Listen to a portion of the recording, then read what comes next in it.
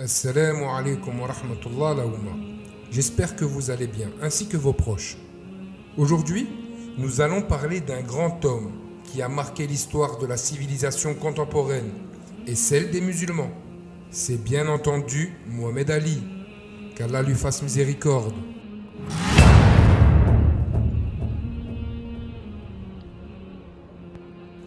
Mohamed Ali était un grand champion et un grand boxeur. Né en 1942 sous le nom de Cassius Marcellus Clay, et comme Malcolm X avant lui, il se convertit à l'islam en entrant d'abord dans une secte dangereuse musulmane américaine, la Nation of Islam. Puis, petit à petit, Allah le libéra de cette secte jusqu'à retrouver la religion droite de Muhammad, notre prophète, sallallahu alayhi wa sallam. Pour tous ceux qui aimeraient en savoir plus sur Malcolm X, nous avions fait une vidéo sur lui sur Jena TV. Vous trouverez son lien en description. Mohamed Ali était courageux. Il n'avait pas peur de dire tout haut ce que tout le monde pensait tout bas et condamner les injustices que les Noirs américains subissaient dans son pays. Il profitait aussi de sa notoriété pour parler de l'islam et des bienfaits de cette religion dans une Amérique de race blanche et chrétienne très attachée à ses principes. Il fallait vraiment faire preuve de vaillance et de bravoure pour assumer tout haut ses convictions et appeler les gens à cette dernière. Bien évidemment, Mohamed Ali n'a pas fait que des belles choses dans sa vie. Il y a des pages sombres de son histoire que chaque musulman ne doit pas regarder et sur lesquelles il ne doit pas prendre exemple. D'ailleurs, qui parmi nous n'a pas fait de mauvaises choses dans son passé ? Je pense que c'est notre cas à tous et personne n'aimerait que l'on se souvienne de ses péchés passés. Quoi qu'il en soit, Mohamed Ali a souvent mis en pratique une tradition, bien souvent oubliée, celle de toujours appeler les gens à l'islam et de toujours montrer les bons côtés de notre religion. Comment et pourquoi ? Nous le détaillerons en fin de vidéo, Inch'Allah. Maintenant, focalisons-nous sur le sujet de la vidéo, celui pour lequel vous avez cliqué. Pourquoi Mohamed Ali fut banni de la boxe en Amérique ? Mohamed Ali était l'un des plus grands boxeurs au monde. Mais pour certains, c'était un combat hors des arènes de boxe qui a fait de lui une vraie légende. Durant ses années de gloire, alors qu'il était sous le feu des projecteurs, Mohamed Ali fut convoqué pour la guerre du Vietnam. Mais il ne voulait pas y aller. Il ne voulait pas tuer des innocents simplement pour faire plaisir à des individus. Or, à cette époque, il était impossible de refuser le service militaire, sous peine d'emprisonnement ou de bannissement de la société. Personne ne peut s'imaginer combien c'est dur. C'est comme si on disait à l'un d'entre nous de faire des choses contraires à sa religion ou à ses principes, et que si on ne les faisait pas, eh bien, on nous enlèverait tout ce que l'on a, et on nous priverait même de notre liberté. Ainsi, à Houston, le 28 avril 1967, était venu le moment de vérité pour le champion. Il se dirigea vers le centre de recrutement de l'armée, où il était convoqué et prit sa décision. Non, je n'irai pas au service militaire. Aucun Vietnamien n'a été raciste envers moi ou ne m'a fait du mal. Je ne vois pas pourquoi j'irai les combattre. Pourquoi tirer sur eux ? Ils ne m'ont jamais appelé nègre. Ils ne m'ont jamais tabassé à mort. Ils n'ont jamais lâché leurs chiens sur moi. Ils ne m'ont pas volé mon identité. Comment pourrais-je tirer sur ces pauvres gens ? Juste, enfermez-moi en prison. Les retombées furent directes et sanglantes. Mohamed Ali nageait à contre-courant de la société et devait s'attendre à de terribles retombées qui n'ont pas tardé à se faire sentir.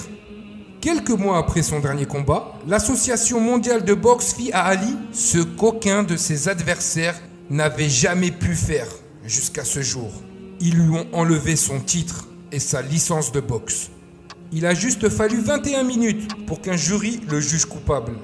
Et puisque la majorité des Américains supportaient la guerre, Ali fut la victime d'une vague croissante de haine. Il fut haï et détesté, considéré comme un traître qui a renié sa foi et qui ne veut pas défendre son pays. Mohamed Ali a tellement reçu de menaces de mort que l'Olympien John Carlos, qui a participé aux Jeux de 1968, a dit « S'il y avait une discipline pour le nombre de menaces de mort reçues, Martin Luther King et Mohamed Ali se disputeraient la médaille d'or. » Malgré tout, Ali n'a jamais pensé qu'il était perdant. À ceux qui pensent que j'ai tellement perdu en refusant d'avancer, J'aimerais dire que je n'ai rien perdu jusqu'à cet instant. Je n'ai même pas perdu une seule chose. Au contraire, j'ai beaucoup gagné. Ensuite, durant les années qui suivaient, alors que l'opposition à la guerre augmentait partout aux USA, Ali est devenu petit à petit un héros des droits civiques contre la guerre. Il est passé de traître à la nation à une icône nationale contre la guerre, faisant des discours dans des universités sur l'étendue du pays. Durant une de ses interventions à l'université, il dit « On m'a dit que j'avais le choix entre deux choses, soit aller en prison, soit rejoindre l'armée. Mais j'aimerais dire qu'il y a une autre alternative, c'est celle de la justice. » 4 ans après qu'Ali refusa d'aller combattre, sa condamnation fut annulée. Et quelques années plus tard, à 32 ans, il remporta le championnat mondial de boxe de poids lourd qu'on lui avait volé. Au final, Mohamed Ali s'est toujours battu pour ses principes et a toujours cherché la justice. D'ailleurs, la justice et l'équité sont tellement importantes en islam que le calife Omar ibn Abdelaziz avait ordonné qu'on récite chaque vendredi pendant le prêche le verset suivant. إن الله يأمر بالعدل والإحسان وإيتاء ذي القربى وينهى عن الفحشاء والمنكر والبغي يعظكم لعلكم تذكرون. Le prophète, sallallahu alayhi wa sallam, nous a dit que cette religion est apparue comme quelque chose d'étrange, bizarre, que les gens ne la comprennent pas et n'acceptent pas, et s'en ira à la fin des temps comme quelque chose d'étrange, c'est-à-dire que les gens qui la suivront seront considérés comme étranges, même dans leur propre famille. Et le prophète Mohammed sallallahu alayhi wa sallam a annoncé la bonne nouvelle à ces gens-là, ces gens qui seront considérés comme étranges et étrangers. Il alla même jusqu'à définir que ces étrangers en disant « Ce sont ceux qui réparent ce que les gens font comme chose mauvaise ». Mohamed Ali préféra la prison et la perte plutôt que la désobéissance à Allah. Tout comme le prophète Youssouf, que la paix soit sur lui, lorsqu'on l'incita au péché du mal. Youssouf patienta en prison, Allah le libéra et fit de lui un haut responsable de l'Égypte. Mohamed Ali fut lui aussi condamné à faire de la prison, mais il s'est battu avec ses biens. Il patienta et Allah le libéra et en fit une icône.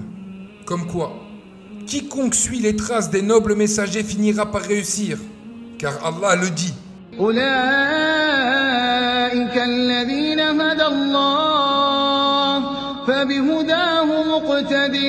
Suivre le chemin de l'islam n'a jamais été tout le temps facile. Parfois, le croyant est éprouvé dans sa foi et peut être même tenté de faire des concessions sur sa religion. Dans le cas où le diable incite à le faire, il doit se rappeler que manger de la poussière et finir pauvre est meilleur pour le musulman que de devenir le plus riche de ce monde. Nous demandons à Allah de nous pardonner nos péchés et de faire miséricorde à Mohamed Ali, ainsi qu'à tous les musulmans du monde. N'hésitez pas à partager un maximum la vidéo autour de vous, afin de faire connaître les valeurs de cet homme à un maximum de musulmans. Nous comptons également sur vous pour liker la vidéo. Plus elle aura de pouces bleus et plus elle sera mise en avant par YouTube. qu'Allah vous récompense et à très vite sur Jena TV.